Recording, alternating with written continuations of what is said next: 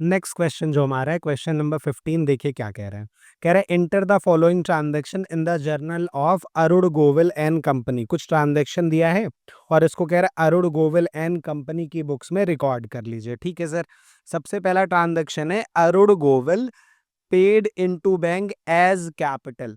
कह रहे जो ओनर है वो हमारे बैंक में कैपिटल के नाम पे पैसा जमा कर रहा है। तो एक अकाउंट तो बाबू कैपिटल हो जाएगा और दूसरा अकाउंट क्या हो जाएगा बैंक। और कैपिटल हमेशा क्या होती है क्रेडिट होती है, तो पता ही हम लोग को। तो हमारी एंट्री क्या हो जाएगी बाबू, बैंक अकाउंट डेबिट कर देंगे और टू क्या लिख देंगे, टू कैपिटल अकाउंट। ठीक है। ओनर जब भी पैसा लगाता है तो यही एंट्री तो होती है। नरेशन क्या लिख सकते हो, कैपिटल इंट्रोड्यूस्ड बाई ओनर, और अमाउंट कितना है 6 लाख रुपए है, तो 6 लाख और 6 लाख यहाँ पे लिख देंगे। ठीक है सर। अगला ट्रांजैक्शन कह रहा है परचेज किए हैं मुकेश से, लिस्ट प्राइस 2 लाख है, 10% ट्रेड डिस्काउंट। कहीं पे भी ये बोला है कि पैसा देके खरीदे हैं, तो इसका मतलब उधार खरीदे हैं, और उधार खरीदे हैं तो एक अकाउंट परचेज हो जाएगा और दूसरा अकाउंट क्या हो जाएगा, मुकेश हो जाएगा। रही बात ट्रेड डिस्काउंट की, तो इसको हमेशा क्या कर दिया जाता है, माइनस कर दिया जाता है। ठीक है। अब एंट्री बताओ, परचेज हमेशा क्या होता है, डेबिट होता है, तो एंट्री में हम परचेज अकाउंट को क्या कर देंगे, डेबिट कर देंगे, और मुकेश को बाबू क्या कर देंगे, क्रेडिट कर देंगे। तो और नरेशन क्या हो जाएगा, नरेशन हो जाएगा गुड्स परचेज फ्रॉम मुकेश। ठीक है। अब अमाउंट कितना लिखा जाएगा, 2 लाख था, 10% हुआ 20,000, और 2 लाख में से 20,000 माइनस करेंगे मतलब 1,80,000 हमारा परचेज में भी आ जाएगा और किस में आ जाएगा, मुकेश में आ जाएगा। ये बात समझ में आ रही है, इसमें कोई समस्या। ठीक है। नेक्स्ट ट्रांजैक्शन पे पढ़ते हैं। कह रहा है 1/4 of above goods returned to Mukesh for not being up to specification. कह रहे हैं 1/4 गुड्स को क्या कर रहे हैं हम, मुकेश को रिटर्न कर दे रहे हैं। तो एक अकाउंट हमारा बनेगा मुकेश और दूसरा अकाउंट बनेगा क्या, रिटर्न। पर कौन सा रिटर्न, परचेज रिटर्न या सेल्स रिटर्न, परचेज रिटर्न, क्योंकि इससे पहले क्या किए थे, परचेज किए थे।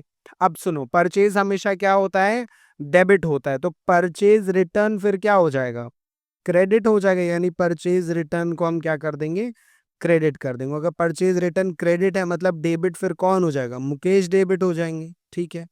कितना रिटर्न किया बाबू, रिटर्न किया है कितना, 1/4 रिटर्न किया है ना।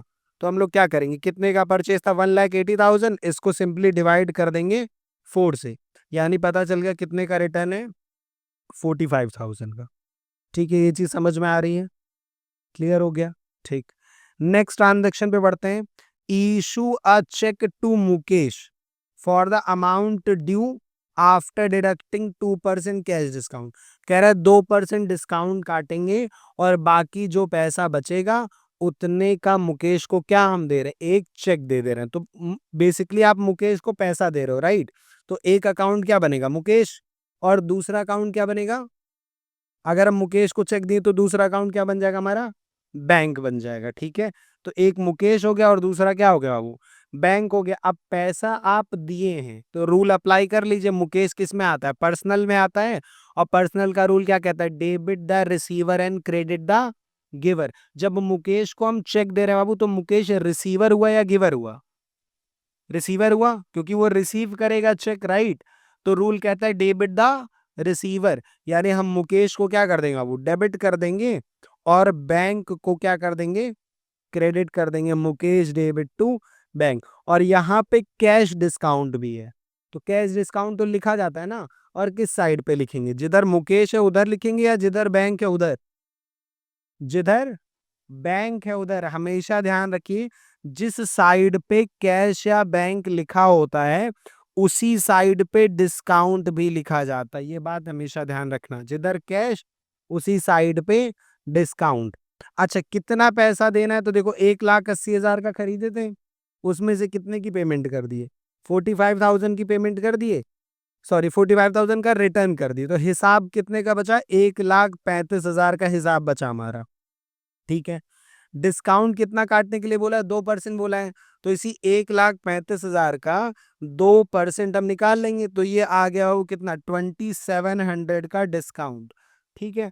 और 1,35,000 में से इसी 2700 को माइनस करेंगे तो 132300 ये हमारा चेक का अमाउंट हो जाएगा। ये बात समझ में आ रही है? इसमें कोई समस्या यहाँ तक क्लियर हो रही हैं चीजें? ठीक है, नेक्स्ट ट्रांजैक्शन पे बढ़ते हैं, देखते हैं आगे क्वेश्चन में फिर क्या कह रहा है। फिर क्वेश्चन में कह रहा है withdraw from bank 2,50,000 for office use and 10,000 from for personal use. Bank से पैसा निकाले हैं, कितना निकाले? 2.5 लाख रुपए ऑफिस में रखना है और 10,000 रुपए की ओनर की अपनी जरूरत है। पैसा निकाले हैं तो एक अकाउंट क्या होगा? बैंक होगा। और जो ऑफिस में रखने के लिए निकाले हैं उसमें एक अकाउंट क्या होगा? कैश होगा। और जो पर्सनल यूज के लिए निकाले उसमें अकाउंट क्या होगा? ड्राइंग होगा। ये बात समझ में आ रही है? तो इसमें 3 अकाउंट हुए क्योंकि ये 2 ट्रांजैक्शन कंबाइन किया है, एक बार ऑफिस के लिए निकाला एक ट्रांजैक्शन और एक बार पर्सनल यूज के लिए निकाला दूसरा ट्रांजैक्शन। ये बात समझ में आ रही है? अब एंट्री कर लो, देखना है कि इन तीनों में से कौन सा डेबिट होगा कौन सा क्रेडिट होगा। ड्राइंग हमेशा क्या होता है? डेबिट होता है। D for drawing, D for debit. तो ड्राइंग को आप क्या कर देंगे? डेबिट कर देंगे, ठीक है। और कैश क्या होगा सोचो? तो रूल कहता है debit what comes in, credit what goes out. जब बैंक से पैसा ऑफिस में रखने के लिए निकाले हो तो कैश में पैसा आएगा कि जाएगा? आएगा। कैश दुकान पे बढ़ेगा तो रूल कहता है डेबिट व्हाट कम्स इन, यानी कैश को फिर हमें क्या करना पड़ेगा? डेबिट करना पड़ेगा। तो अगर कैश हमारा डेबिट हो रहा है तो इसका मतलब बैंक से पैसा निकल गया, और जब बैंक से पैसा कम हो गया तो रूल क्या कहता है? Credit what goes out. इसीलिए बैंक से पैसा कम हो तो बैंक क्या हो रहा है हमारा? क्रेडिट हो रहा है। ये बातें समझ में आ रही हैं? इसमें कोई कंफ्यूजन है? ठीक है। अमाउंट 10,000 ड्राइंग का, 2.5 लाख ऑफिस यूज का। तो 10,000 ड्राइंग में लिख दीजिए, 2.5 लाख कैश में लिख दीजिए, और टोटल बैंक से कितने का पैसा कम हुआ? 2,60,000 रुपए कम हो गई। ये बात समझ में आ रही है? नेक्स्ट ट्रांजेक्शन हमारा बाबू कह रहा है कि परचेज की एक मशीन 1 लाख रुपए की और 5,000 रुपए उसके इंस्टॉलेशन पे खर्च हुआ। अभी कल की क्लास में हम लोग डिस्कस किए थे कि जब भी कोई एसेट खरीदी जाती है तो उसको यूज करने से पहले उस पे जो भी खर्चा होता है उसको अलग से नहीं लिखा जाता है, उसको एसेट में क्या कर दिया जाता है? जोड़ दिया जाता है। तो एक अकाउंट हमारा क्या हो जाएगा? मशीनरी हो जाएगा, ठीक है। और दूसरा अकाउंट क्या हो जाएगा? कैश हो जाएगा, क्योंकि पे किए होंगे तो कैश में ही तो पे किए होंगे मशीन खरीदने पे। तो एक बना मशीनरी और दूसरा क्या बना? कैश। अब मशीनरी रियल है, रियल का रूल क्या कहता है? Debit what comes into the business. तो मशीनरी को हम क्या कर देंगे? डेबिट कर देंगे, और कैश को क्या कर देंगे बाबू? क्रेडिट कर देंगे। तो हमारी एंट्री हो जाएगी machinery account debit to cash account. और अमाउंट में हम ये 1 लाख प्लस ये 5,000 जो इंस्टॉल कराने पे खर्च हुआ है वो दोनों ऐड करके लिखेंगे 1,05,000 रुपए। ये बात समझ में आ रही है? नरेशन हो जाएगा machinery purchase and payment made in cash, या installation expense paid in cash. अच्छा नहीं, एक सेकेंड, ये ट्रांजैक्शन कंप्लीट नहीं हुआ था, इसमें आगे कुछ लिखा है। क्या लिखा है? मशीनरी की पेमेंट हम चेक से किए हैं और इंस्टॉलेशन का खर्चा कैश में पे किए हैं। तो हम एक काम कर सकते हैं, ये पूरी पेमेंट हुई नहीं अभी, ठीक है।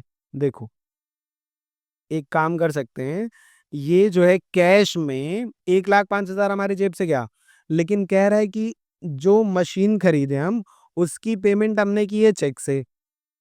तो अगर चेक से पैसा दिए तो लिखेंगे टू बैंक 1 लाख, और जो इंस्टॉलेशन है वो 5,000 दिए कैश में, तो हो जाएगा मशीनरी डेबिट टू कैश। तो बेसिकली दो एंट्री कंबाइन हुई, जो मशीन खरीदे थे वो मशीनरी डेबिट टू बैंक हो गया, और जो इंस्टॉलेशन एक्सपेंस था वो मशीनरी डेबिट टू कैश हो गया। ये बात समझ में आ रही? इसमें कोई समस्या है किसी को? यहाँ तक चीजें क्लियर हो रही हैं? चलो बाबू आगे बढ़ा जाए। अगला ट्रांजेक्शन देखो क्या कह रहा है। नेक्स्ट ट्रांजेक्शन है sold goods for 1 lakh to Amar. Amar को 1 लाख रुपए का सामान बेचे हैं। अभी बताइए नगद ट्रांजैक्शन है या उधार ट्रांजैक्शन है? उधार ट्रांजैक्शन, क्योंकि नाम दिया तो क्या होगा? उधार होगा। अच्छा, एक अकाउंट बना सेल्स और दूसरा अकाउंट क्या बना? अमर। सेल्स हमेशा क्या होता है बाबू? सेल्स हमेशा क्या होता है? परचेज हमेशा क्या होता है? तो सेल्स हमेशा क्या हो जाएगा? बस Amar debit to sales account, ठीक है sir. Narration good sold to अमर।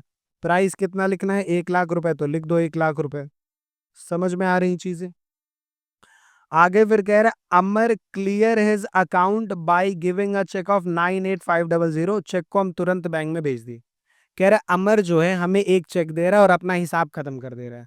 तो इसमें अकाउंट अगर तुम ढूंढो तो एक अकाउंट तो अमर हो जाएगा, और चेक दिया और चेक को सेम डे तुम बैंक में भेज दिए तो दूसरा अकाउंट क्या हो जाएगा, बैंक हो जाएगा। एक अमर हो गया और दूसरा क्या हो गया, बैंक। और अकाउंट सेटल कर रहा है सिर्फ 98,500 में, और हिसाब था 1 लाख रुपए का, मतलब 1,500 रुपए क्या हो गए हमारे, डिस्काउंट हो गई। ये बात समझ में आ रही है। एक अकाउंट अमर हो जाएगा, दूसरा बैंक हो जाएगा, तीसरा डिस्काउंट हो जाएगा। अब देख लेते कौन सा डेबिट कौन सा क्रेडिट। बैंक में मेरे पैसा आ रहा है और रूल कहता है debit what comes in to the bank. तो यानी बैंक को हमें क्या करना पड़ेगा, डेबिट करना पड़ेगा। और अगर बैंक डेबिट है तो फिर अमर क्या हो जाएंगे, क्रेडिट हो जाएंगे। और जिस साइड पे बैंक रहता है उसी साइड पे क्या लिखा जाता है, डिस्काउंट लिखा जाता है। तो bank account debit, discount allowed account debit, to क्या हो जाएगा अमर। और नरेशन हो जाएगा cash receive from Amar 98,500 and discount allowed 1,500। Total हिसाब खत्म हो गया 1 लाख रुपए का। ये बात समझ में आ रही है। अगले ट्रांजेक्शन की तरफ बढ़ते हैं। अगला ट्रांजेक्शन क्या कह रहा है, देखो कह रहा है परचेज किए स्टेशनरी पर्सनल यूज के लिए 3,000 और ऑफिस के लिए 5,000। अच्छा देखो परचेज किए तो परचेज अकाउंट हमेशा क्या होता है, डेबिट। पर गुड्स नहीं खरीदे हो ना, अगर गुड्स खरीदते तो फिर हम क्या डेबिट करते, परचेज अकाउंट। पर अगर हम कोई एसेट खरीद रहे हैं, स्टेशनरी खरीद रहे हैं, तो गुड्स के बजाय हम किसको डेबिट करेंगे, स्टेशनरी को डेबिट करेंगे। ये बात समझ आ रही है। जैसे कल की क्लास में हम लोग देखे थे, अगर बिल्डिंग खरीद रहे हैं तो बिल्डिंग अकाउंट डेबिट होगा, ना कि परचेज अकाउंट डेबिट होगा। वैसे अगर स्टेशनरी खरीद रहे हैं तो स्टेशनरी डेबिट होगा, परचेज नहीं। परचेज सिर्फ तभी डेबिट होता है जब आप गुड्स खरीद रहे हैं। गुड्स मतलब वो चीजें जो आप बेचने के लिए खरीद रहे हैं। तो अगर गुड्स के अलावा कुछ और खरीद रहे हो तो वही अकाउंट डेबिट होगा, कुछ और नहीं डेबिट होगा। ये बात समझ में आ रही। कह रहा है हमने स्टेशनरी खरीदी 3,000 पर्सनल यूज के लिए, 5,000 ऑफिस के लिए। एक बात बताओ, जो पर्सनल यूज के लिए खरीदे हैं उसको हम स्टेशनरी बोलेंगे कि ड्राइंग बोलेंगे, ड्राइंग बोलेंगे। जो ऑफिस के लिए 5,000 है उसको तो आप स्टेशनरी बोल सकते हो, लेकिन जो पर्सनल यूज के लिए 3,000 है उसको हम क्या बोलेंगे, ड्राइंग। ओनर किस लिए खर्चा कर रहा है ये इंपॉर्टेंट नहीं, ओनर पैसा निकाल रहा है ये इंपॉर्टेंट है। बाकी हम उसको ड्राइंग ही लिखते हैं, पर्पज रियल वाला चाहे कुछ भी हो। ये बात समझ में आ गई, ठीक है। और अपोजिट में क्या हो जाएगा, वो टू कैश हो जाएगा। टोटल 8,000 रुपए का परचेज हुआ, जिसमें से 5,000 स्टेशनरी और 3,000 ओनर के लिए था, तो उसको हम लोगों ने ड्राइंग लिख दिया। ठीक समझ में आ रहा है। आगे कह रहा है आप जमीन जायदाद खरीदने की बारी आ गई है। कह रहे हैं लैंड खरीदे 2 लाख रुपए, 1% ब्रोकरेज देंगे और 15,000 रजिस्ट्रेशन का देंगे, और सारी पेमेंट चेक से करेंगे। ये बताओ ये सारे खर्चे अलग अलग लिखे जाने चाहिए या सबको जोड़ दें, जोड़ देंगे, क्योंकि एसेट खरीद रहे हैं। जमीन हमारे लिए क्या है, एसेट है। और एसेट जब भी खरीदी जाती है उस पे होने वाले खर्चे क्या किए जाते हैं, ऐड किए जाते हैं। तो 1 लाख का 2 लाख है, 2 लाख की लैंड है, 2 लाख का 1% कितना हो जाएगा, वो 2 लाख का 1% हमारा कितना ब्रोकरेज हुआ, 2,000 रुपए ब्रोकरेज हुआ। 2 लाख का 1% 2,000 हुआ। ये बात समझ में आ रही है। और साथ में 15,000 रुपए देना है रजिस्ट्रेशन का। तो हमारे लिए जमीन की कीमत कितनी पड़ी, 2,17,000 रुपए पड़ी। तो अलग अलग एंट्री करने के बजाय बिल्डिंग खरीदते तो बिल्डिंग डेबिट, परचेज करते तो परचेज डेबिट, और जमीन खरीद रहे हैं बाबू तो क्या डेबिट करेंगे, लैंड डेबिट कर देंगे। ये बात समझ में आ रही है। जमीन खरीदे हैं तो एसेट का नाम डेबिट और चेक से पेमेंट है तो बैंक क्रेडिट। 2,17,000 रुपए की टोटल हमें जमीन पड़ी। ये बात समझ में आ रही है सबको, इसमें कोई समस्या, ठीक है। चलो अगले ट्रांजैक्शन की तरफ बढ़ते हैं। लास्ट ट्रांजैक्शन हमारा कह रहा है कि सर वेजेस जो है ड्यू है लेबर को 20,000 और सैलरी क्लर्क को ड्यू है 30,000। ड्यू है का मतलब बाबू क्या होता है, ड्यू है का मतलब देना है, उधार है, अभी दिए नहीं है। तो अगर कोई चीज देना है पर दिए नहीं है तो वो हमारे लिए क्या है, लाइबिलिटी है। कल वाली क्लास में समझे थे ना, आउटस्टैंडिंग है। आउटस्टैंडिंग का मतलब क्या होता है, बकाया, उधार। और आउटस्टैंडिंग हमारे लिए क्या होता है, लाइबिलिटी। और लाइबिलिटी हमेशा क्या होती है, क्रेडिट होती है। पढ़े थे ना, लाइबिलिटी हमेशा क्या होती है, क्रेडिट होती है। तो ये मजदूरी जो आउटस्टैंडिंग वेजेस है इसको हम क्या कर देंगे, क्रेडिट कर देंगे, तो आउटस्टैंडिंग वेजेस को कर दिया जाए क्रेडिट टू आउटस्टैंडिंग वेजेस।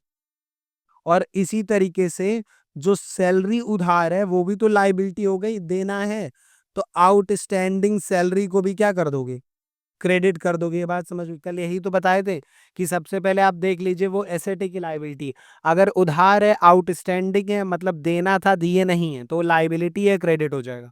अगर एडवांस में दे दिए, प्रीपेड सैलरी है एडवांस में पे कर दी, तो फिर हमारे लिए वो क्या हो गई, एसेट हो गई। और एसेट क्या होती है, डेबिट। तो सबसे पहले आप नेचर पता कर लीजिए आउटस्टैंडिंग, प्रीपेड और interest on capital, interest on drawing के केस में, ठीक है। अगर ये चीज नहीं समझ में आ रही तो कल वाली वीडियो आप देख सकते हैं। पिछली वीडियो में हम लोगों ने डिस्कस किया था outstanding, prepaid, interest on capital, interest on drawing कैसे क्या चीजें करनी होती। तो आउटस्टैंडिंग लायबिलिटी, और लायबिलिटी हमेशा क्या होती है, क्रेडिट होती है, इसलिए हमने क्रेडिट कर दिया। अपोजिट में क्या लिखते हैं, रिलेटेड अकाउंट का नाम, पहले वाले के लिए रिलेटेड अकाउंट है वेजेस, और दूसरे वाले में रिलेटेड अकाउंट क्या है, सैलरी। तो एक में salary debit to outstanding salary हो गया, और एक में wages debit to outstanding wages हो गया, ठीक है सर। अमाउंट कितना कितना था बाबू, तो अमाउंट एक का 20,000 बकाया, एक का 30,000, तो लिख दो 20,000 मजदूरी के बकाए थे तो 20,000 यहाँ पे हो गया, और 30,000 सैलरी का बकाया था तो 30,000 इसमें हो गया। गुड। आई होप ये क्वेश्चन एकदम अच्छे से समझ में आ गया, कोई दिक्कत है इसमें। चलिए नेक्स्ट क्वेश्चन की तरफ बढ़ते हैं। नेक्स्ट क्वेश्चन हमारा छोटा सा क्वेश्चन है, 5 ट्रांजेक्शन है बस इसमें। आओ फटाफट से देखते हैं क्वेश्चन में क्या कह रहा है। कह रहा है सर कुछ ट्रांजेक्शन है, इसको जनरलाइज कर दीजिए किसके यहाँ, राजकुमार ट्रेडर्स जो कि टिम्बर के मर्चेंट हैं।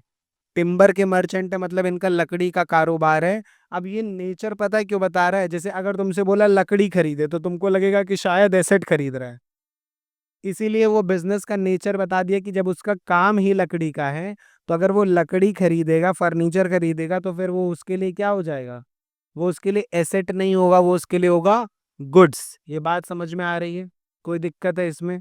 चलिए पहला ट्रांजेक्शन, परचेज किए हैं टिम्बर किससे, कुलदीप कुमार से। टिम्बर खरीदे तो बाबू एक बात बताओ, टिम्बर को अकाउंट मानेंगे कि परचेज को अकाउंट मानेंगे, परचेज को अकाउंट में, क्योंकि टिम्बर का ही तो इनका काम है, मतलब टिम्बर इनके लिए क्या है, गुड्स है, और गुड्स जब भी खरीदी जाती है तो परचेज लिखा जाता है। पैसा दे के खरीदे हैं तो कैश अकाउंट बनेगा, और उधार भी खरीदे हैं 10,000 का, तो उधार के लिए कौन अकाउंट बनेगा, कुलदीप बनेंगे। ये बात समझ में आ रही है, इसमें कोई कंफ्यूजन है नहीं, ठीक है। तो एंट्री कर लो, परचेज, जब गुड्स परचेज किए हैं तो परचेज अकाउंट डेबिट, और जितने के लिए पैसा दिए उतने के लिए लिखेंगे टू कैश, और जितना उधार है उसके लिए क्या लिखेंगे, कुलदीप सर। ये बात समझ में आ रही है, ठीक है, क्लियर हो रही है चीजें। पैसा देके खरीदे 2,000 रुपए का, उधार खरीदे 10,000 रुपए का, तो कैश में 2,000 लिख दो, उधार वाले में 10,000 लिख दो, और टोटल हमने कितने का खरीदा है, वो 12,000 रुपए का खरीदा है। ये बात समझ में आ रही है, कोई समस्या है इसमें, क्लियर हो रही चीजें। चलिए आगे कह रहा है paid to Kuldeep Kumar, full settlement कर दिए 9,950 में, कुलदीप कुमार को पैसा दिए, अकाउंट बताओ। एक तो कुलदीप ही अकाउंट बनेंगे, और दूसरा पेड मतलब क्या, पेड कैश पेड, तो दूसरा अकाउंट क्या बनेगा, कैश। और फुल सेटलमेंट बोला मतलब डिस्काउंट भी है इसमें, 3 अकाउंट है, कैश, कुलदीप और डिस्काउंट। तो पहले कैश और कुलदीप का फैसला कर लो। कुलदीप पर्सन है, पर्सनल का रूल लगाइए, debit the receiver and credit the giver. जब कुलदीप को पैसा दे रहे हैं तो कुलदीप रिसीवर हुए या गिवर हुए, रिसीवर हुए ना, हम पे किए हैं कुलदीप को, तो कुलदीप पैसा पाए, यानी कुलदीप बने रिसीवर, पैसा रिसीव करने वाले। और रूल कहता है डेबिट द रिसीवर, यानी कुलदीप को हम क्या कर देंगे, डेबिट कर देंगे। और अगर कुलदीप डेबिट हो रहे हैं बाबू, तो यानी जो कैश पे किए हैं वो क्या हो जाएगा, क्रेडिट। और जब भी फुल सेटलमेंट रहता है डिस्काउंट कहाँ लिखा जाता है, जिस साइड पे कैश, बैंक या चेक होता है उसी साइड पे डिस्काउंट होता है। और क्रेडिट वाले डिस्काउंट को हम अलाउड नहीं बोलते, क्या बोलते हैं, डिस्काउंट रिसीव्ड अकाउंट। एग्जाम में short form is not allowed, पूरा लिखना है। कितना पेमेंट हुआ है बाबू, 9,950 रुपए। तो 9,950 रुपए आप लिखोगे कैश में, 50 रुपए लिखोगे डिस्काउंट में, और टोटल 10,000 का हिसाब हो गया खत्म। सर 12,000 का खरीदे थे तो 10 का कैसे हिसाब है, अरे भाई 2,000 तो पैसा दे के खरीदे हो ना, हिसाब तो खाली 10,000 का था ना जो उधार था, उसमें से 9,950 दिए, मतलब 50 रुपए क्या हो गया, डिस्काउंट हो गया। ये बात समझ में आ रही है? चलिए आगे बढ़ते हैं। आगे ट्रांजैक्शन है, इस बार देखो पिछले वाले ट्रांजैक्शन में आउटस्टैंडिंग मिला था, यहाँ एडवांस है। Paid rent in advance, rent advance में पे की हो, तो यानी कौन सा अकाउंट बना, प्रीपेड रेंट बना। रेंट एडवांस में पे किए मतलब प्रीपेड है ना, प्रीपेड। और प्रीपेड रेंट मतलब बिना ड्यू हुए अगर हम किसी को एडवांस में दे रहे हैं तो हमारे लिए वो क्या है, एसेट है। और एसेट हमेशा क्या होती है, डेबिट होती है। बताए थे कि नहीं बताए थे? तो प्रीपेड रेंट को बाबू हम लोग क्या कर देंगे, डेबिट कर देंगे। जैसे आउटस्टैंडिंग हमेशा क्रेडिट होता है क्योंकि लायबिलिटी है, वैसे प्रीपेड एसेट है इसलिए डेबिट होता है। और अगर प्रीपेड रेंट डेबिट है तो अपोजिट में क्या लिखोगे, रिलेटेड अकाउंट क्या है, रेंट। तो prepaid rent debit to rent account, काम हो गया। कितना था, 10,000 रुपए, तो लिख दो 10,000 यहाँ पे और 10,000 यहाँ पे। ठीक। नेक्स्ट ट्रांजेक्शन है, परचेज किए मशीनरी 1 लाख की चेक से, और कैरेज 2,000, इंस्टॉलेशन 1,000, ये कैश में दिए। तीनों खर्चा जुड़ेगा कि नहीं जुड़ेगा? जुड़ेगा, क्योंकि क्या खरीदे, एसेट खरीदे, मशीन। और परचेज अकाउंट डेबिट करेंगे कि मशीनरी अकाउंट डेबिट करेंगे? मशीनरी अकाउंट डेबिट करेंगे। परचेज सिर्फ तभी डेबिट होता है जब गुड्स खरीदते हैं। इनके लिए गुड्स क्या है, लकड़ियां हैं। अगर ये लकड़ी खरीदे होते तो हम परचेज लिखते, पर ये तो मशीन खरीद रहे हैं, तो मशीनरी डेबिट होगा परचेज के बजाय। और जितने के लिए इन्होंने चेक दिया वो तुम लिखोगे बैंक में, और जितना कैश में दिए उसके लिए क्या क्रेडिट करोगे, कैश अकाउंट। ये बात समझ में आ रही है? तो मशीन के लिए इन्होंने 1 लाख रुपए चेक दिया है, और बाकी 2,000 और 1,000, ये 3,000 कैश में दिया। तो 1 लाख चेक और 3,000 कैश, टोटल मशीन हमारे लिए पड़ी 1,03,000 की। ये बात समझ में आ गई? ठीक है चीजें। चलिए आगे बढ़ते हैं बाबू, अगला ट्रांजेक्शन देखते हैं क्वेश्चन में क्या कह रहा है। नेक्स्ट ट्रांजेक्शन कह रहा है, इस बार गुड्स खरीदे हैं 50,000 का गोविंद से। ठीक है। अब यहाँ पे देखो बड़ी कहानी चलने वाली है। क्वेश्चन कह रहा है पहले 50,000 का गोविंद से खरीदे, फिर इसको मनोहर को बेचे 65 में, फिर मनोहर उसमें से हमको वापस किया और हम गोविंद को वापस की। ये वैसे ही कि हम तुमको सामान बेचे, फिर तुम वो उठा के किसी और को बेच दिए, फिर वो तुमको वापस किया तो तुम हमको वापस कर दिए। ये बात समझ में आ रही है? तो यहाँ एक ही में 4 एंट्री है, purchase sale, purchase return, sales return. तो एक एक करके सबकी एंट्री करते हैं फटाफट से। चलो देखो, सबसे पहले क्वेश्चन का, purchase for 50,000 from Govind. Govind से जो है परचेज किए हैं 50,000 रुपए में। तो परचेज किए तो परचेज की एंट्री क्या होती है, परचेज अगर करेंगे तो परचेज हमेशा क्या होता है, वो डेबिट होता है। तो कर दो परचेज अकाउंट डेबिट। और किससे परचेज किया, वो गोविंद से। तो किसको क्रेडिट कर देंगे, गोविंद को। ये पहला ट्रांजैक्शन हुआ कंप्लीट। हमने गोविंद से सामान खरीदा 50,000 रुपए में। ये बात समझ में आई? क्लियर है इसमें? फिर आगे क्वेश्चन कह रहा है कि यही सामान हमने सेल कर दिया, sold it to Manohar for 65। Manohar को 65,000 में बेचे हैं, तो इस बार सेल हुई है। जैसे परचेज हमेशा डेबिट होता है, सेल्स हमेशा क्या होती है, क्रेडिट। तो मनोहर को आप बेच रहे हैं तो मनोहर को डेबिट कर दीजिए, और सेल्स हमेशा क्रेडिट होती है तो सेल्स को क्रेडिट कर दीजिए। पर 50,000 का सामान हम 50,000 में नहीं बेचे हैं, हम इसमें 15,000 जोड़े हैं प्रॉफिट, और फिर 65,000 में इसको मनोहर को बेच दिए। अब हो सकता हो मनोहर को कुछ चीजें ना पसंद आई हो, तो मनोहर को इसमें कुछ चीजें नहीं पसंद आई, और मनोहर ने रिटर्न कर दिए 13,000 रुपए के गुड्स। हम मनोहर को बेचे थे, राइट? तो ये कौन सा वाला रिटर्न होगा, सेल्स रिटर्न होगा। कितने का सेल्स रिटर्न हो रहा है मनोहर से, 13,000 रुपए। तो एंट्री कर लो। अगर सेल्स क्रेडिट है तो फिर सेल्स रिटर्न क्या होगा, डेबिट होगा। तो सेल्स रिटर्न डेबिट हो जाएगा, और मनोहर क्या हो जाएंगे, क्रेडिट हो जाएंगे। कितने रुपए से बाबू, 13,000 रुपए से। ये बात समझ में आ रही है? चलो भाई, 13,000 रुपए से ये बात समझ में आई? अच्छा, यहां तक तो कोई समस्या नहीं है। आगे क्वेश्चन में कह रहा है कि sir which in turn was return to Govind. हम तो घर पे बनाए नहीं थे, हम गोविंद से खरीदे, मनोहर को बेचे, मनोहर को पसंद नहीं आया, वो हमको वापस किया, तो हम अपने पास थोड़ी रखेंगे, हम वापस से इसको गोविंद को लौटाएंगे कि नहीं? तो कह रहे वो हमको 13,000 का सामान वापस किया, तो हम वो सामान उठा के गोविंद को वापस कर दिए। गोविंद को हम खरीदे थे, गोविंद से खरीदे थे, गोविंद को बेचे थे, गोविंद से खरीदे थे। तो ये वाली जो रिटर्न है, इसको तुम परचेज रिटर्न बोलोगे कि सेल्स रिटर्न बोलोगे? गोविंद से आपने क्या किया है, खरीदा है ना, तो ये जो गोविंद को रिटर्न हो रही है, परचेज रिटर्न हुई या सेल्स रिटर्न हुई? Purchase return. अगर परचेज हमेशा डेबिट है, तो परचेज रिटर्न फिर क्या हो जाएगा बाबू? क्रेडिट हो जाएगा। ये बात समझ में आ रही है? तो परचेज रिटर्न को हमने कर दिया क्रेडिट, और डेबिट कौन हो जाएगा? गोविंद हो जाएगा। बताइए, ये समझ में आ रही है? ये कहानी बड़ी सिंपल सी थी। हम सबसे पहले गोविंद से सामान खरीद के लाए 50,000, उसमें 15,000 का प्रॉफिट मुनाफा ऐड किया, और फिर उसको उठा के मनोहर को बेच दिए।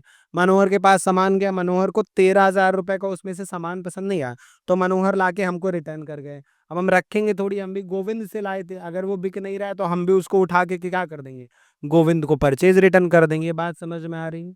लेकिन असली समस्या अब है, कह रहे कि सर ये सामान जो हमको मनोहर वापस किया, ये हम गोविंद को लौटा दिए, तो बताओ 13,000 रुपए का रिटर्न लिखें?